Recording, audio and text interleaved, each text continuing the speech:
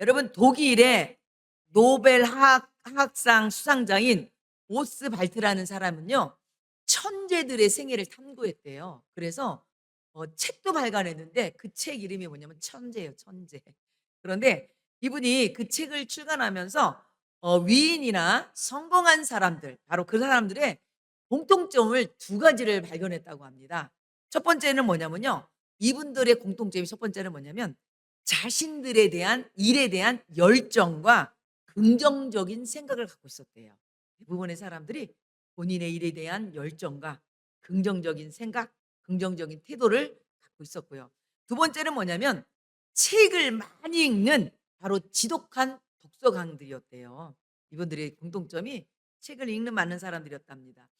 여러분 우리가 잘 아는 미국의 사람들이 대부분 존경하는 여러분 링컨 대통령. 여러분 이 링컨 대통령은 너무너무 가난해서 정규 교육을 7 개월밖에 받지 못했다고 합니다. 그런데 이 링컨은요. 어려서부터 아주 독서 강이었다고 합니다.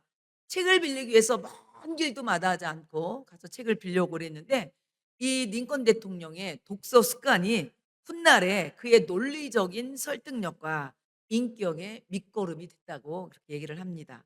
뿐만 아니라 여러분이 잘 아는 나의 사전에 불가능이 없다고 누가 얘기했죠? 나폴레옹. 예. 이 나폴레옹도요 여러분 독서광이었다고 합니다. 여러분 나폴레옹이 세인트 헬레나 섬에서 유배 중에서도요 3천 권이 넘는 책을 읽었다고 합니다. 심지어 이 나폴레옹은요 전쟁터에 나갈 때도요 마차에다가 특별히 저작된 서가를 만들어 갖고서 거기에 수백 권을 책을 싣고 다니면서 책을 읽었다는 일화가 있습니다. 여러분 뿐만 아니라 우리나라 사람들이 가장 존경하는 세종대왕. 세종대왕도 여러분 독서 강이라고 했잖아요. 세종대왕이 여러분 그 대군 시절 때 대군일 때 책을 너무 많이 읽어 갖고서 어떨 때는 뭐 식사도 제대로 못 하고 그러다 보니까 몸이 점점 야여가는 거예요. 그래서 아버지 태종이 충녕대군에 있는 그 방에 있는 책들을 다 수거해 가라 이렇게 할 정도로 책을 못 읽게 했대요. 그랬는데 이 충녕대군이 병풍디에서 책 한 권을 발견한 거예요. 그래서 너무너무 기뻐서 그 책을 아주 그냥 몇 번 읽었다는 그런 일화가 있습니다. 여러분 그것뿐만 아니라 뭐 오늘 현대인의 보면 워렌 버핏이나 뭐 빌 게이츠 등 여러분 이 현대 유명한 영향력을 주는 사람들 보면 거의 다 보면 독서광들이었어요. 여러분 독서는 뭐 우리가 얘기하지 않아도 너무너무 중요한 건 아는데 우리가 많이 못해서가 좀 문제긴 하죠. 그런데 반면에 여러분 이런 독서, 이런 지식이 사람의 여러분 이기심과 재성과 결합했을 때 또 이런 것들도 얼마나 사람한테 그 사람에게 어떤 사상으로 그 사람에게 영향을 미쳐서 이것이 아주 비극적인 예가 되는 경우도 있습니다. 여러분 600만 명의 유대인을 학살한 히틀러 아시죠? 여러분 히틀러도 여러분 아주 독서광이었다고 합니다. 여러분 히틀러도요. 전쟁 중에서도 열차에다가 서가를 만들어서 책을 읽을 만큼 독서광이었는데 히틀러가 사망할 당시 그가 소유했던 책들이요. 16,000권에 달했대요. 아주 대단했죠. 그런데 여러분 그가 그 많은 지식을 자신의 성찰하는 데 쓰이지 않고 오히려 뒤틀린 사상과 가치관을 정당화하고 잔인한 논리로 사용함으로 인해서 많은 유대인을 학살한 경우도 있었습니다. 여러분 그럼에도 불구하고 여러분 이렇게 책은 이렇게 많은 사람들에게 좋은 영향력, 선한 영향력을 주기도 하고 때로는 그렇게 뭐 나쁜 영향력을 주기도 하지만 대부분 보면 수많은 책들은요. 우리에게 많은 유익을 주고 정보도 주고 지식도 줍니다. 그리고 성찰도 주고 깨달음도 줍니다. 그거는 분명한 사실인 것 같아요. 그래서 여러분이 올 한해 여러분 무엇보다도 여러분이 올 한해 여러분 나름대로 계획을 세우면서 하나 세울 거 뭐냐면 좀 책을 좀 읽었으면 좋겠다. 그중에서 여러분에게 우리는 그 책 중에서 어떤 책이요? 성경책을 좀 더 읽었으면 좋겠다. 왜 그러냐면 여러분 성경은요. 여러분 우리의 성경책은요. 우리에게 우리의 죄된 본성을 깨닫게 해 주고 그리고 우리를 변화시켜 주고 죽음에서 생명으로 이끌어 주고 어둠에서 빛으로 인도해 주는 책은요. 유일하게 오직 성경밖에 없다는 것입니다. 그래서 여러분이 올 한해는 좀 책도 좀 여러 가지 책도 읽으면서 특별히 우리에서 성경을 읽었으면 좋겠습니다. 그래서 우리가 올해 우리 일독을 우리 교회에서 또 성경 일독을 또 목표로 하고 있잖아요. 그래서 여러분 힘들겠지만 함께 더불어서 같이 한번 성경을 좀 읽어갔으면 좋겠습니다. 여러분, 그래서 현대 과학자의 아버지라고 불리는 영국 당대 최고의 지성인 과학자 마이클 패러데이는요, 평생 성경책을 곁에 두면서 이렇게 얘기했다고 합니다. 우리의 길을 인도해 주는 이 복된 책을 가지고 있으면서도 어찌하여 사람들은 길을 잃고 방황하는가, 이러면서 이렇게 탄식했답니다.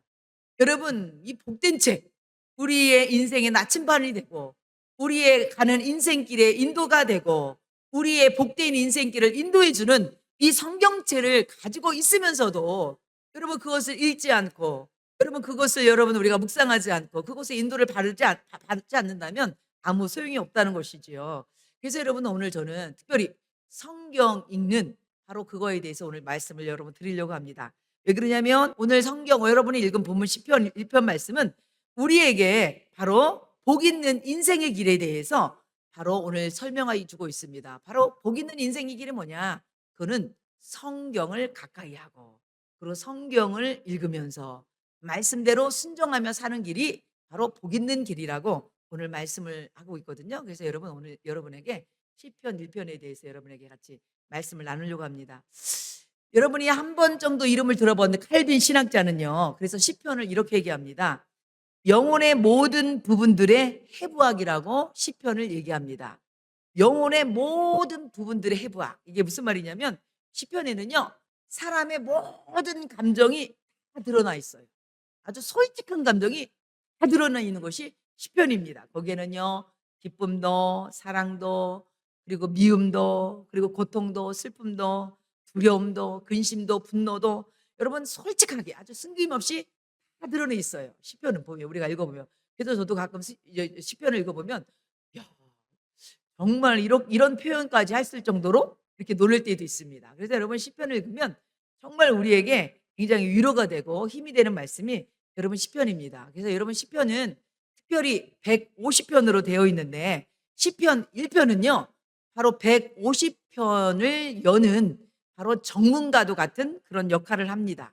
특별히 시편 1편에 여러분 우리에게 주시는 말씀은 악인과 의인의 길을 대조하면서 인간의 행복한 길은 환경이 아니라 바로 하나님과의 관계에 있음을 선포하면서 바로 진정한 행복을 누리는 길은 하나님의 말씀대로 사는 길이라는 것을 말씀하고 있는 것입니다. 그래서 시편 1편 바로 1절 말씀을 제가 한번 읽어보도록 하겠습니다. 보면 복 있는 사람은 악인의 길을 따르지 아니하며 죄인의 길에 서지 아니하며 오만한 자들의 자리에 앉지 아니하고, 이렇게 돼 있습니다. 시편 1절의 말씀의 시작은요, 복 있는 사람은 이렇게 얘기하고 있어요. 여러분, 우리가 새해 때 우리 덕담을 많이 하죠요. 새해 복 많이 받으세요, 이렇게 많이 덕담을 하잖아요. 여러분, 복을 좋아하고, 그죠? 우리가 복 받기를 바라죠. 그런데 오늘 성경에 보니까 복 있는 사람은 그랬는데 히브리서에는요, 여러분 이 히브리 여기 성경에 보면요, 여러분 이 히브리어에는요 복의 종류가 두 가지로 나옵니다. 여기 복이 있는 사람이라고 했잖아요. 첫 번째 복은요 바라크라는 복이 있고요. 두 번째 복은요 아셀이라는 복이 있어요. 바라크라는 복은요 여러분 블레싱, 한마디로 이거 뭐냐면 우리가 얘기하는 축복. 그리고 두 번째 아셀이라는 복은요 우리 여러분이 잘 아는 행복. 행복과 축복은 다르죠. 그렇죠? 그래서 여러분에게 한번 제가 이 부분에 대해서 좀 설명을 하려고 합니다. 복이라는 히브리어는 두 가지 의미가 있는데 첫 번째 바라크, 블레싱에 대해서 여러분에게 설명하려고 그래요. 여러분, 블레싱, 이 바라크는 뭐냐면요, 하나님이 내려주시는 복이에요. 그러니까 위에서부터 내려오는 복이 바라크예요. 이 바라크의 어원의 의미는 뭐냐면요, 무릎을 꿇다라는 말에서 위례가 됩니다. 다시 말해서 우리 피조물들이, 우리 사람들이 하나님 앞에 무릎을 꿇을 때 하나님이 부어주시는 은혜, 하나님이 부어주시는 복, 쉽게 얘기해서 물질적인 풍요나 자손의 번성이나 장수나 이런 눈에 보이는 이런 것들의 복을 뭐라 그러냐면 바라크다, 이렇게 얘기를 합니다. 예? 여러분, 우리 누구나 바라크 받기를 원하잖아요. 그런데 여러분, 이렇게 바라크, 하나님이 주시는 바라크라는 복이 있고, 두 번째는요 아셀의 복이 있어요. 이건 뭐냐면요, 하나님을 따르는 자에게 주시는, 바로 그 하나님을 따르는 자에게 주시는 누리는 행복이에요. 한번 따라해 볼까요? 누리는 행복. 예, 누리는 행복. 그래서 여러분 이 어연적 의미는 뭐냐면 이 아셀의 어연적 의미는 바로 곧게 가다, 똑바로 가다라는 여러분 어원의 의미가 있는데 이게 뭐냐면 하나님과 올바른 관계를 맺고 그분의 말씀을 따라 가는 사람은 바로 행복한 상태에 이른다는 얘기예요. 여러분 이게 무슨 말이냐면 여러분 우리의 사람이요. 우리가 복을 받는 거하고 행복한 건 다른 거예요. 여러분 우리가 물질이 있다고 건강이 있다고 많은 것을 소유했다고 행복하지 않아요. 그죠? 그랬더라면 여러분 세상에 많은 사람들은 여러분 가쁘나 이런 사람들만 행복해가요? 그렇진 않잖아요. 행복과 여러분 바라크의 복과 아셀의 복은 달라요. 그런데 오늘 시편 1편 1절에 나오는 복은 어떤 복이냐? 아셀의 복을 얘기하는 거예요. 바로 하나님께서 시편을 쫙 여는데 첫 번째 그 여는 복이 뭐냐면 바로 아세르의 복이란 얘기입니다. 바로 이거 뭐냐면 하나님과 동행함으로 하나님이 주시는 바로 하나님이 주시는 행복을 누리는 복을 말씀하고 있는 것입니다. 여러분 그래서 아리스토텔레스는 이렇게 얘기합니다. 행복이란 가장 훌륭하고 고상한 것이며 인간의 목적은 행복에 이르는 것이다. 이렇게 얘기합니다. 여러분 누구나 다 행복하게 원한다는 거죠. 그런데 오늘 성경은요. 바로 하나님께서 우리에게 이 행복하는 복을 주신다는 거예요. 아니 주셨다는 거예요. 왜 그러냐면 여러분 오늘 여기 오늘 1장 1절 복 있는 사람은 여기 보면 원문에 보면요.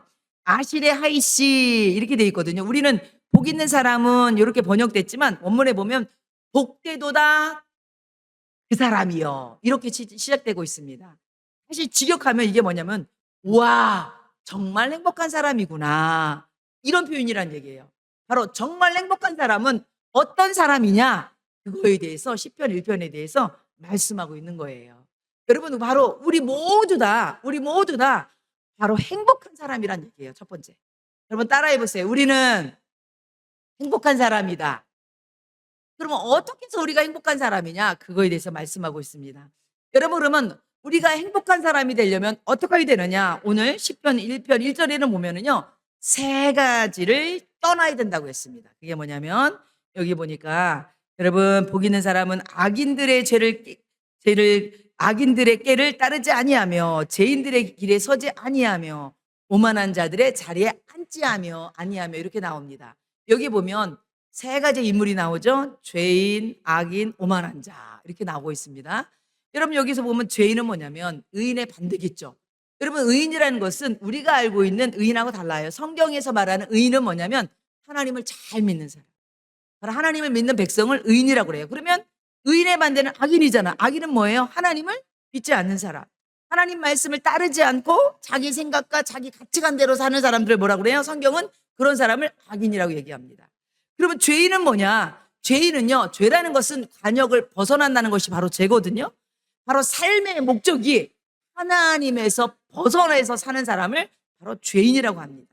그럼 오만한 자는 뭐냐? 이거는요 조롱하는 자인데 이건 뭐냐면 하나님의 말씀을 들을 때 바로 그 말씀을 마음을 완고하게 하고 그래서 뭐예요? 그 말씀을 비웃으며 아주 냉소적인 사람을 바로 오만한 자라고 합니다. 여러분 성경은 바로 악인, 죄인, 오만한 자 이 사람은 뭐예요?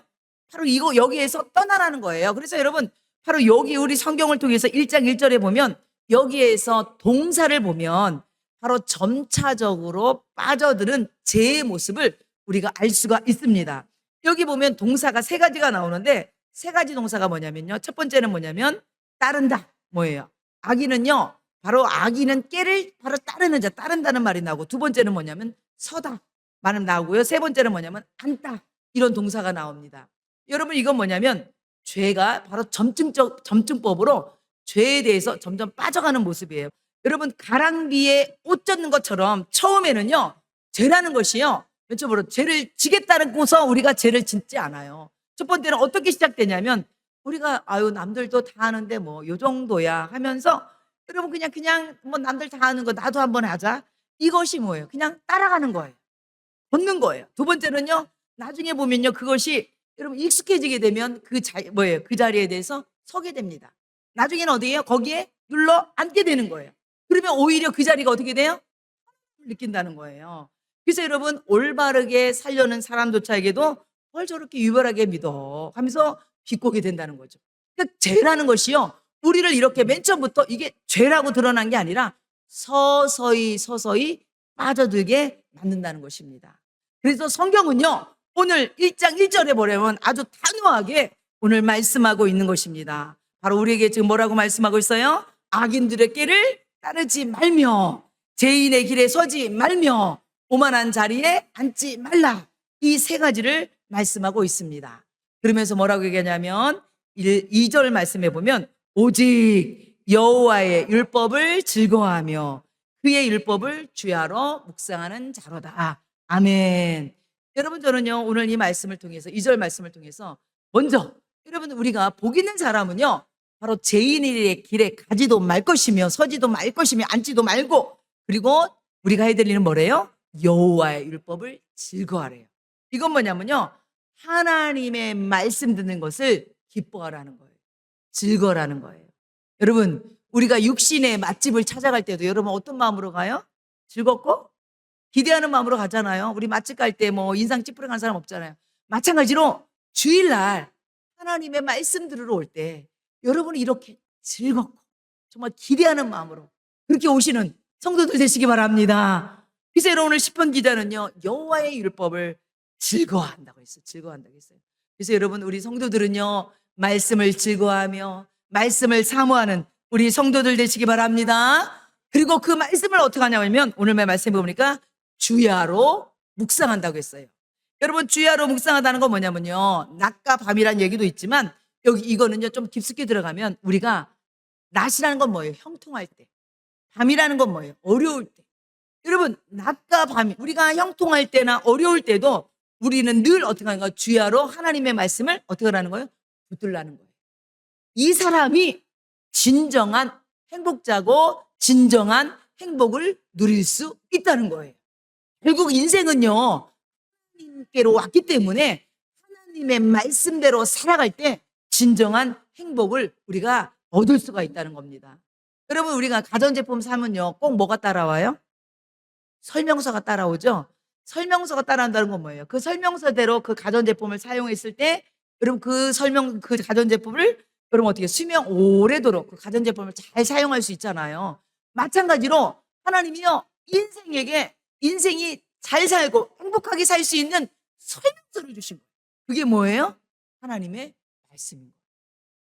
그 말씀을 즐거워하면서 오늘 그 말씀을 어떻게 하래요? 묵상하래요. 묵상. 그런데 오늘 여기 보면 묵상하라는 히브리어 단어는요 뭐냐면 하가라는 뜻이에요.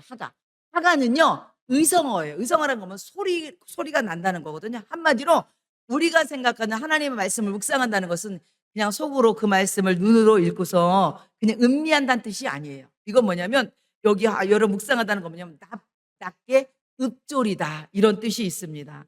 여러분, 그래서 유대인들은요 여러분 성경 토라를 읽을 때도 보면요 몸을 앞뒤로 이렇게 움직이면서 소리를 내면서 여러분 이렇게 이 토라를 읽습니다.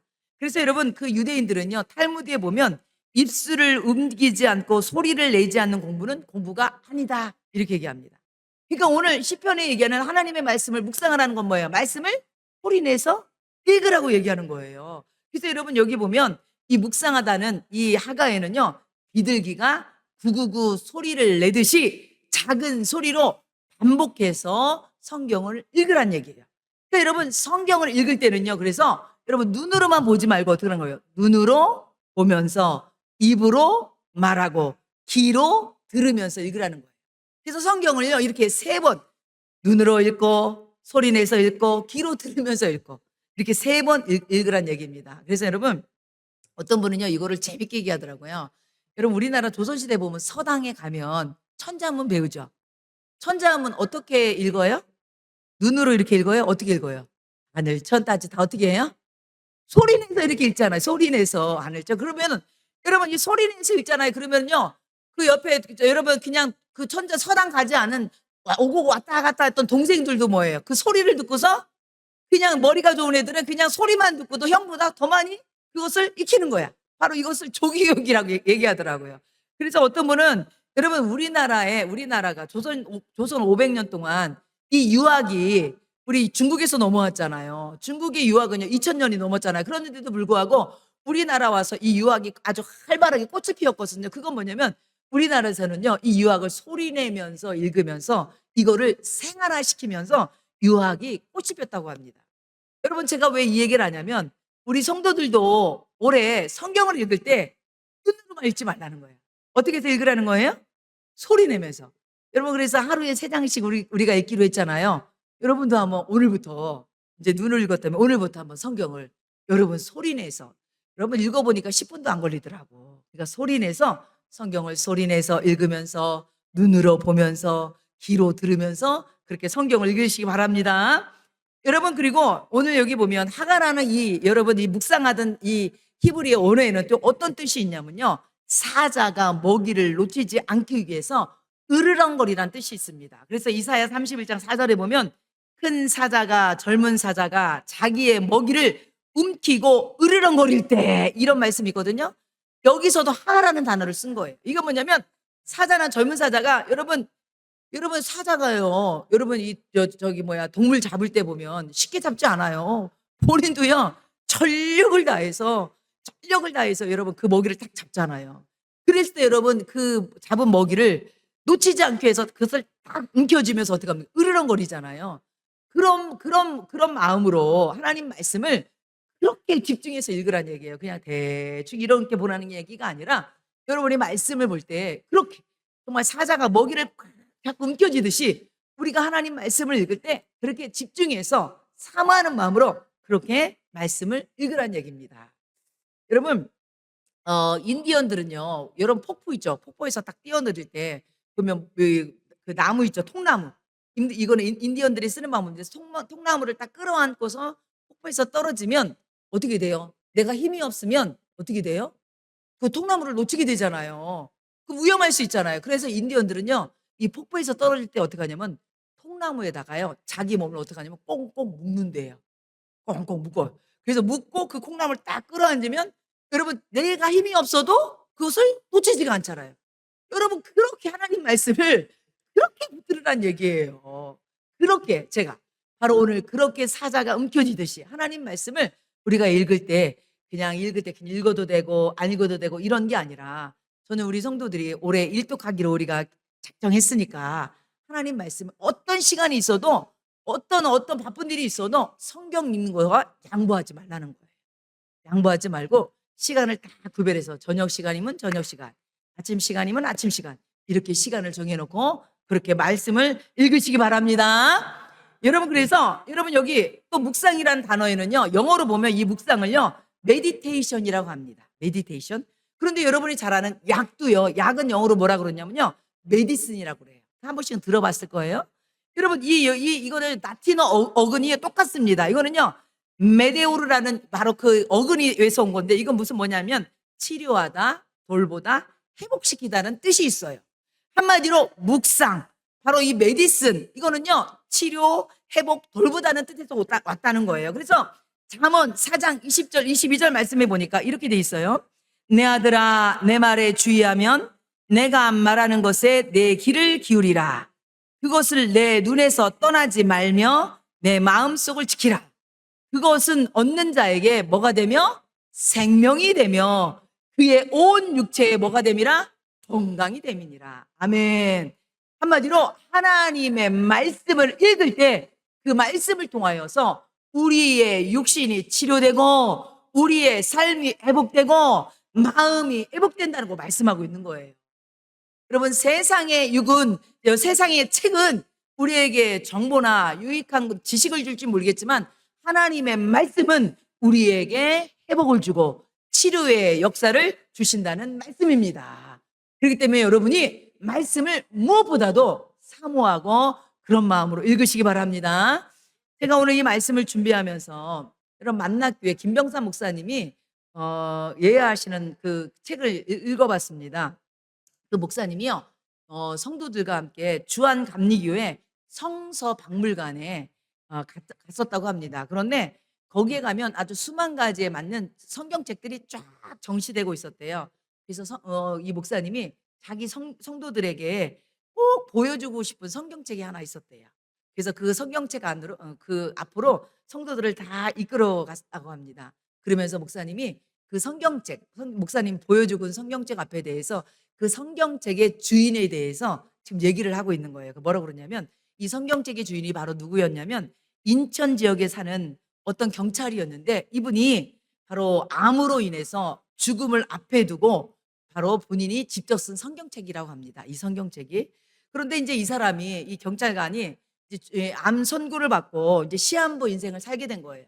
그러면서 이 경찰관이 내가 죽기 전에 우리 자녀들에게 성경을 유산으로 물려줘야 되겠다. 특별히 자기가 필사한 거, 본인이 손으로 직접 쓴 성경책을 물려줘야겠다. 이렇게 해서 죽기 전에 이 성경책을 쓰기 시작했대요. 그런데 성경책을 한참 쓰고 있는데 여러분 자기가 이제 몇 개월밖에 살지 못한다는 그 시한부 인생이었거든요.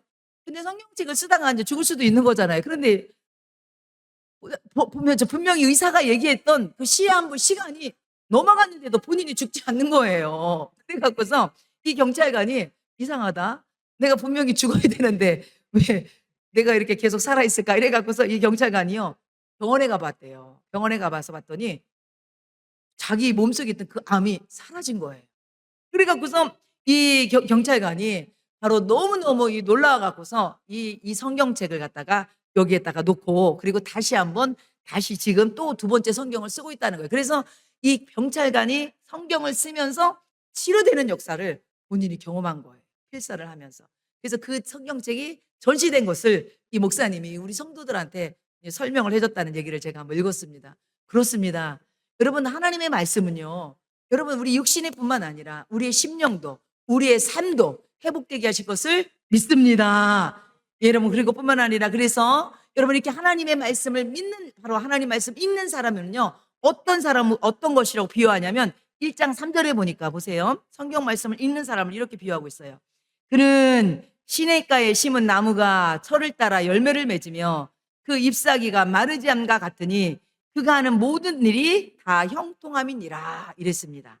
오늘 보니까 하나님의 말씀을 가까이 하고 하나님의 말씀을 읽는 사람 바로 그 사람은 뭐냐면 시냇가에 심은 나무로 비교하고 있습니다. 여러분 여기서 시냇가라는 것은요 우리가 알고 있는 여러분 자연적인 강을 의미하는 게 아닙니다. 이거는요 인공적인 인공적으로 만든 간개수로로요 이건 뭐냐면요 여러분 이 물은 이 시냇가는요 물이 끊이지가 않아요. 특별히 이스라엘은요 자연적인 천연적인 천은요 이스라엘은요 5개월 정도 비가 오지 않거든요. 그러다 보면요 그 하천들이 다 말라버려요.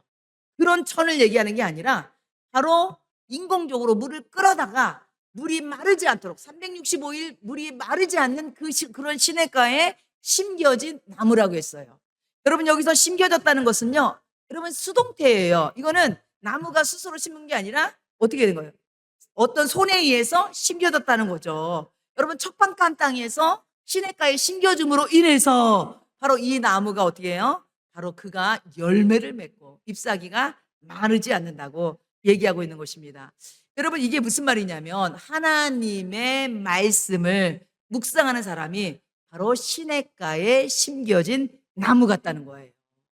여러분 그러면서 오늘 저는 이 3절 말씀에 보면 바로 시냇가에 심은 말씀은 어떻게 한대요? 철을 따라 열매를 맺으며 그가 하는 모든 일이 다 어떻게 한대요? 형통한다고 말씀하고 있어요. 여러분 형통한다는 말은요 여기서 미알료로요 단회적으로 여러분이 끝나는 것이 아니라 삶 전체가 지속적으로 하나님의 인도하심을 받는 그런 형통을 얘기하고 있는 것입니다.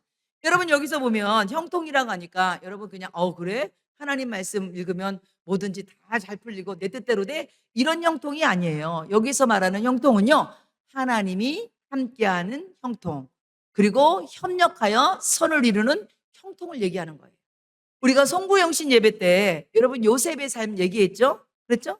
여러분 요셉은요 여러분 보디발 장군의 노예로 있을 때나 억울하게 누명을 쓰고 여러분 감옥에 갇힐 때도 성경은요 창세기 39장 3절 여러분 39장 23절에 보면 그가 하나님과 함께하였고 여호와께서 그를 범사에 형통하였더라 이렇게 얘기하고 있어요.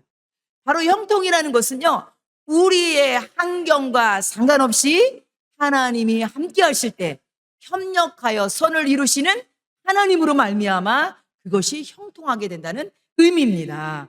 사랑하는 성도 여러분, 그러므로 우리 사랑하는 성도들 2026년 우리 모두 하나님과 함께함으로 하나님이 주시는 형통함을 누리시는 우리 복된 성도들 되시기 바랍니다. 여러분, 협력하여 손을 이룬다는 것은 지금 당장은 힘들고 어려워도 하나님께서 그것을 통해서 하나님께 영광 돌리며 좋은 일로 반드시 이끈다는 형통입니다. 그래서 여러분, 요셉의 삶은 어떤 삶이었냐면 창세기 49장 22절에 보니까 요셉은 무성한 가지 곧 샘 곁에 무성한 가지라 그 가지가 담을 넘었도다. 아멘. 바로 요셉이 받은 복은 개인을 넘어 공동체로 흘러가는 복이었습니다.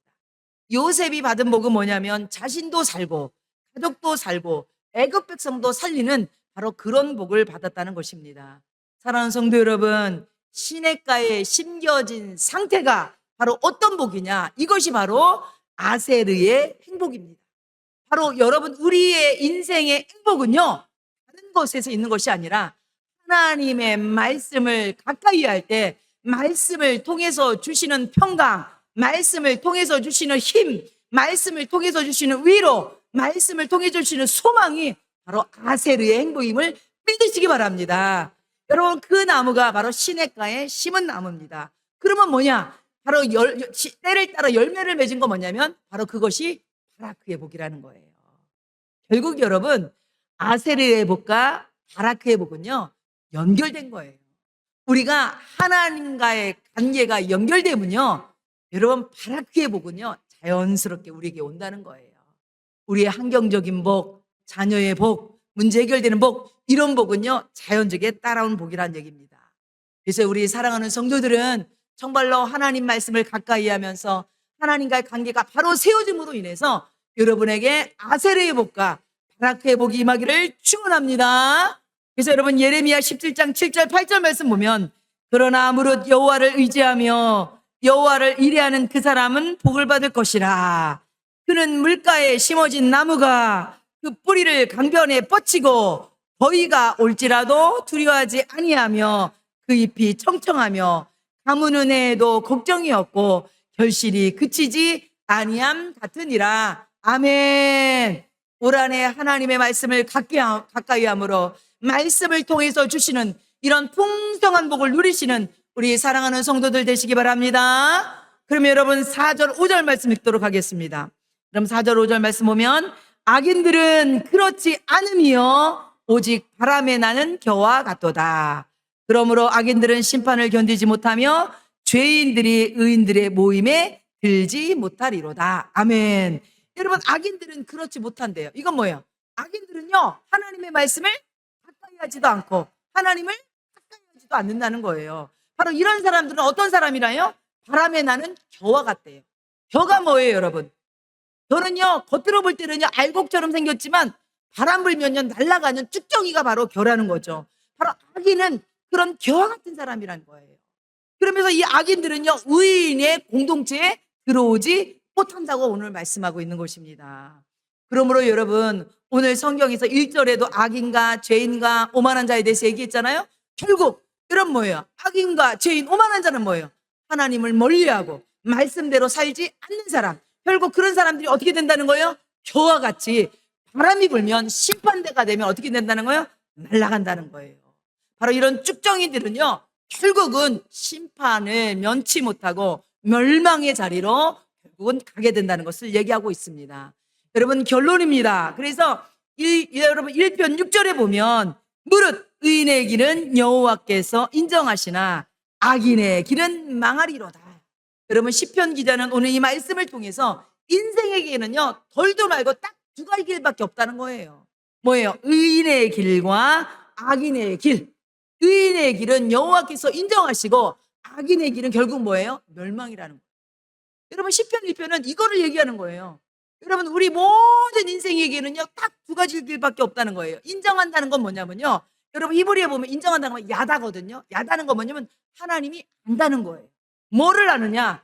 우리가 하나님 말씀대로 살아가는 걸 알고, 우리가 말씀대로 살아가면서도 힘들고 어려운 가운데서도 주님을 붙들고 있는 것을 주님은 안다는 거고, 그래도 우리가 하나님을 의지한다는 건 주님을 안다는 거예요. 하나님께서 그 여호와를 바로 하나님께서 그 의인들은 하나님께서 그러기 때문에 그 삶을 인정한다는 거고, 여러분 악인들은 망한다는 거는 이거는 여러분 히브리어로 아바드라고 해서 이거는요 흔적도 없이 사라진다는 거예요. 허무한 종말을 얘기하는 겁니다. 아무리 열심히 살아도요 결국은 여러분 악인들의 종말은 여러분 4절에 말씀하는 겨처럼 바로 여러분 최종적으로 심판의 자리에 옮길 수밖에 없다는 것을 얘기하고 있는 것입니다.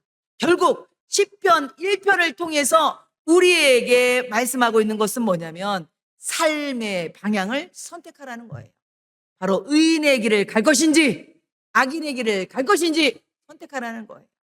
의인의 길은 바로 그것이 행복한 길이요, 말씀대로 순종하는 길이요, 그것이 바로 복의 길이라고 말씀하고 있는 것입니다.